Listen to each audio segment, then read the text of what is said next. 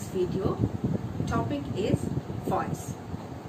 So today in this video we will learn some rules of changing voice from active to passive according to tenses. Ajir ei video tut ami active voice or bakyo eta kaneka passive voice ore poriborton koribo paru ba convert koribo paru tar kisuman rules or bikhoye janu ha. So let's start our class. The voice to our rules kisman ase. The rule number 1 so rules number 1, make the object of active voice or active sentence subject of passive voice. The auto whole active voice or thoka active voice or bakyo etar jitu tumar subject hoy or jitu object hoy hetu subject koribo libo aru subject to object koribo libo. Mool rule to hoise rules number 1, make the object of active voice subject of passive voice. Active voice or bakyo thoka object to tumi subject koribo lagibo. Orthat ami passive voice or active voice of thoka object to basi importance di passive voice tak subject loi poriborton korim. For example, I wrote a letter. Etu je tumar active voice of thoka bakyo. I wrote a letter. I hoise subject, wrote tumar verb, a letter hoise object. Etu he object to ami passive voice of bakyo jetia korim. Yale anute ami a letter to subject korise. A letter at hoise subject. Wrote or jagat ami likhibo labo was written. Aru me to tumar subject to yat object hisabe kam korise aru object to agat ami ei by word to lagaise. So this is the rule number 1, to make object of the active voice subject in the passive voice. We have to convert the object of the active voice to subject in the passive voice. Ortho yar ortho etu je active voice of thoka object to ami passive voice poriborton korote the object to ami subject kori di. I wrote a letter. Yate I to tumar subject, wrote verb, a letter is object. Aru tumi yate jetia ami ei active voice or bakyo to passive voice le nisu tetia letter to hoise subject was written by me. Aru tumar I to me le poriborton ase. I to I hoi na thake. Jetia tumi I to passive voice le niba I hobo me.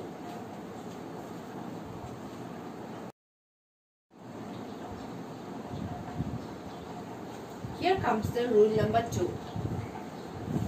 Here is a active voice or bakyo etar subject to ami passive voice or object kobo lego. Ya prothom ya agor rule number 1 koisil je jitu prothom niyom asile koisil je ami active voice or thoka object to passive voice or subject kobo lego. Eta rule number 2 koisil je active voice or jitu subject hoy hetu ami passive voice or nita object koribo lego. Ar object to korbe jeta tumi ki koribo lego, add by before it. Ami he subject to active voice or new object korim, object or agot tumi by word to use koribo lagibo.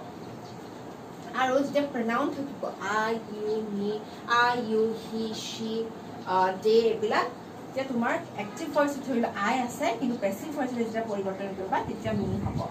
Suppose by me ei dhorore hobo. Etu hoise tumar rule number 2.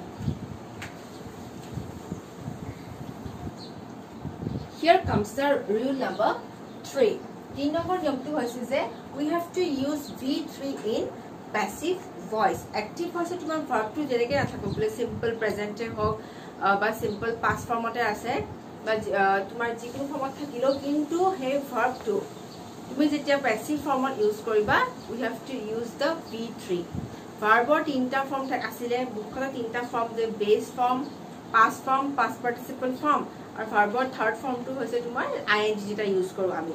Kintu ami jetia yat tumar etu kotha mon diba je jetia ami eta bakyo active ba passive hole niu jetia he verb to hodai passive sentence on V3 form ot ahibo orthat past participle form ot ahibo, and we need helping verb or aux verb.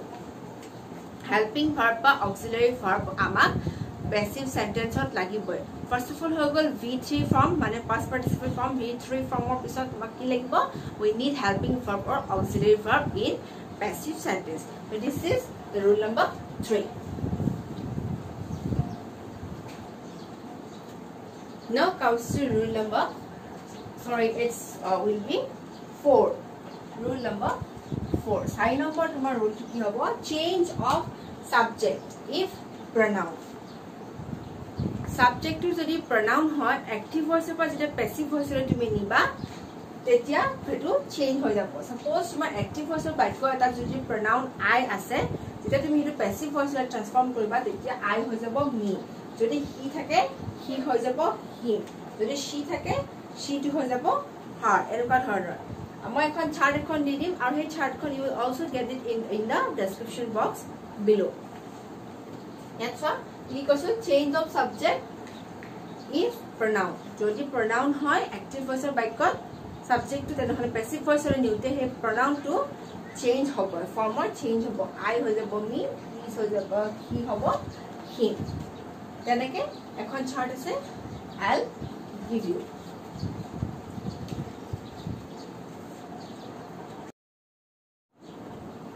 So here is the chart that you have to remember while converting a sentence from active to passive. Active or active sentence is a passive sentence to mean passive sentence or active sentence is a passive sentence or new day. That jodi pronoun thake hebila tomar passive voice le new day poriborton hobo. Jodi active voice I thake passive hobo etu me. He to hobo him. You will be you. It will be remain same. We will become us, she will become her, they will become them, it will remain the same, who will become who. Except you and it, baki ketar poriborton hoise. You aru it will remain the same. You can take a screenshot here, or you can also check the description box. In the description box you will find this chart, or you can take a screenshot.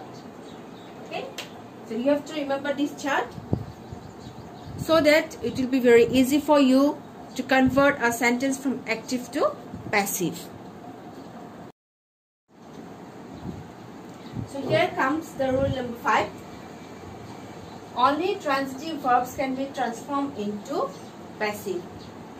Jodi hai eta baikot transitive verb ase tetia hai henuka dhonor baikyo we can transform into passive one. Baikota jodi hai transitive verb thake tetia hai ami he baikyo tu passive voice le convert koribo paro. For example, he bought a car. He bought a car. He ekhon gari kinile. He ki kinile? A car. A car is the direct object here. So, bought is a transitive verb in this sentence. He bought a car. A car was bought by him. আমি হেতু passive হলে নিব পাৰিছো। কিন্তু যদি বাক্যটো transitive verb না থাকে, for example, the baby is sleeping. The baby is sleeping what? The baby is sleeping whom? Will not get any kind of answer here. Answer. So we don't have an object here. So sleeping it will be a verb to transitive verb. It's an intransitive verb and we cannot change this sentence to a passive one. Cannot change it. So to change a sentence from active to passive, we have to be sure that the active voice tense must have a transitive verb. So if you are not sure to how to find a transitive and intransitive verb, then you can check my video about transitive and intransitive verb. You can also check it. There will be a link in the description box, or there will be a link at the end of this video. You can click it there and check what is the transitive and intransitive verb. So let's come to the rule number 6, the change of verbs. By kota tumar verb or change হয় active ভয়েসৰ পৰা তুমি passive ভয়েসলৈ নিবা তেতিয়া ভাৰ্বৰ change হয় for example simple present টেন্সৰ যদি তোমাৰ active ভয়েসৰ right আমি verb ধৰিছো ৰাইট এটা ভাৰ্ব ধৰি লৈছো ৰাইট ভাৰ্বটো তোমাৰ ৰাইট বা ৰাইটস হ'ব third person singular number rights হ'ব সিম্পল প্ৰেজেন্ট টেন্সত আৰু বাকি কিটাৰ লগত তোমাৰ ৰাইট হ'ব বাকি পাৰসন কিৰ লগত ৰাইট হ'ব অকল থাৰ্ড পাৰসন সিঙ্গুলাৰ নম্বৰ লগত ৰাইটস হ'ব ওকে সো এই এনেকুৱা ধৰণৰ তোমাৰ ভার্ব বিলাক যেটা আমি এক্টিভ বা প্যাসিভ হলে নিম A means active P means passive okay I am writing in a short way right rights যেটা তুমি এটো প্যাসিভ হলে নিবা তেতিয়া কি হ'ব am is are এইগিটা হেল্পিং ভাৰ্বৰ দৰকাৰ হ'ব আৰু লগতে যেটো ভাৰ্ব আছে এটো হদাই v3 ফৰ্মত আহি যাব এটো হৈছে v3 form and we need am is are am কি হল লগত হয় তোমাকে জানা is কোনটো পার্সন লগত হয় জানা আৰু are কোনটো পার্সন লগত বহা am I am I লগত am হ'ব মানে I যেটা হ'ব the am written by me এনেকুৱা হ'ব I টো তোমাৰ me হৈ যাব is হ'ব বা are হ'ব এইটা তোমাৰ ডিপেন্ড কৰিব am is are ডিপেন্ড কৰিব তোমাৰ পাৰ্সনৰ লগত আৰু ভাৰ্বৰ v3 ফৰ্ম হ'ব ইজ written আমি এটা ৰাইট ভাৰ্বটো লৈ লৈছিলো এক্সাম্পল হিচাপে লৈছিলো ৰাইট ভাৰ্বটো right বা rights যেটা হ'ব এক্টিভ ভয়েসৰ তোমাৰ সিম্পল প্ৰেজেন্ট টেন্স থাকিলে প্যাসিভ হলে কনভাৰ্ট কৰিলে am is are দৰকাৰ হ'ব it will depend upon the persons আৰু যেটো তোমাৰ ভাৰ্ব হ'ব এটো হলে v3 ফৰ্মত হ'ব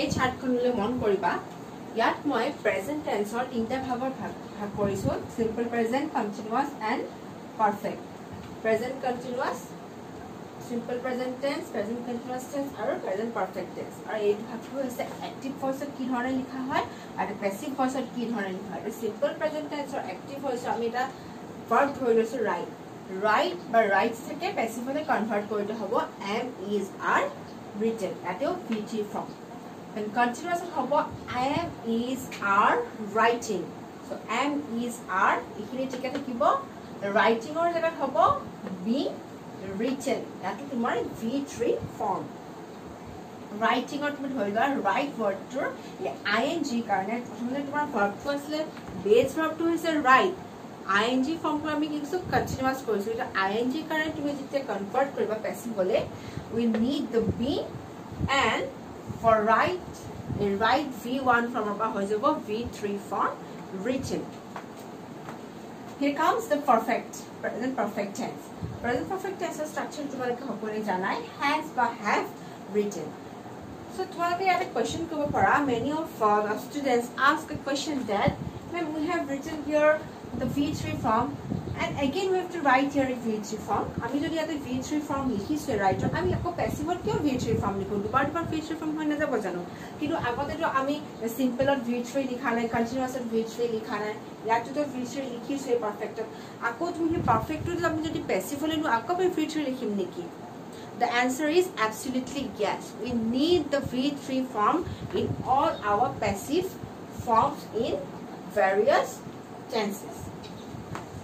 Tense at a beleg tense আছে তথাপিটো আমাক v3 form লাগিব আৰু ইয়াত আমি has have written ইয়াতো যদি has have written লিখো active ও একে হৈ যাব passive ও একে হৈ যাব that's why we need another word and we will use here been is used in passive form present perfect tense or have has বা has written have বা has written লিখিছো আৰু আমি যদি passive হলো নিউ হেতু v3 ফৰ্মে থাকিলে ইয়াতো v3 ফৰ্ম আছে ইয়াতো v3 ফৰ্ম আছে দুইটা যদি একে ইউজ কৰো সেন্টেন্স টো একে হৈ থাকিব সেই কাৰণে আমি ইউজ কৰিছো been has have written will become has have been written তোমালোকে এই চাৰ্টখন মনত ৰাখিব লাগিব you can take a screenshot here or you can go to the description box we also find this chart in the description box below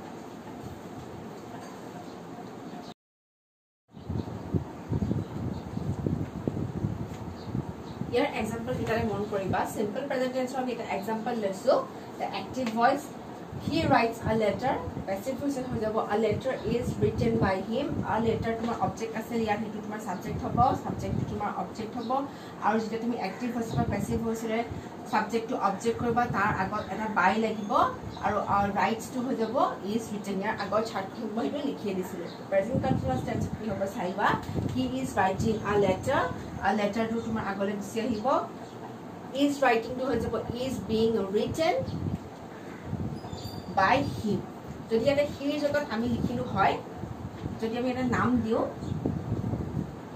suppose John is writing a letter is being written by John কিন্তু মানুহৰ নাম যদি থাকে যদি pronoun নহয় noun হয় তেতিয়া কিনো কোনো ধৰণৰ পৰিৱৰ্তন নহব অকল pronoun থাকিলেহে এৰ পৰিৱৰ্তন হয় John is writing a letter is being written by John.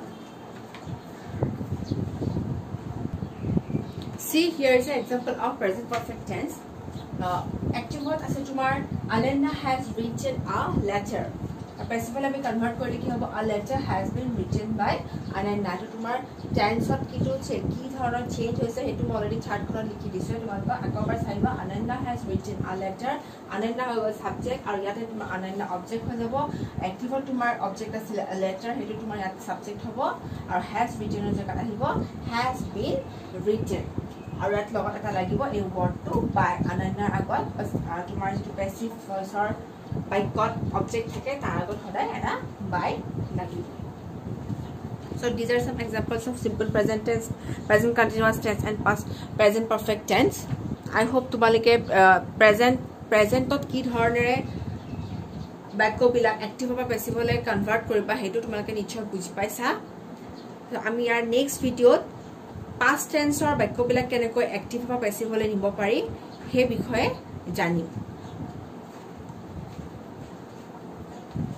I hope students you have understood this concept of active how to convert a sentence from active to passive chart kikhon mot rakhiba pronoun not keneke change hoye chart khon mot rakhiba description box ever check koriba tatu tumak di tha ase aru yar tomar tense or chart khon mot rakhiba je active voice or tense to passive voice le jeta convert koriba he tense to ki dhoroner change hobo tense means the verb change verb or form to keneke change hobo tense to eke thakibo present perfect to present perfect thakibo kinu verb or jitu form verb or jitu structure to etu change hoy jabo thoila v1 or pra v1 form or v3 form hobo aru logot ki dhoroner tuma word include hobo hekini monot rakhibole you need the chart he chart khon tumanke monot rakhibai lagile bohit likhi loba practice koriba so that's all for today thank you everyone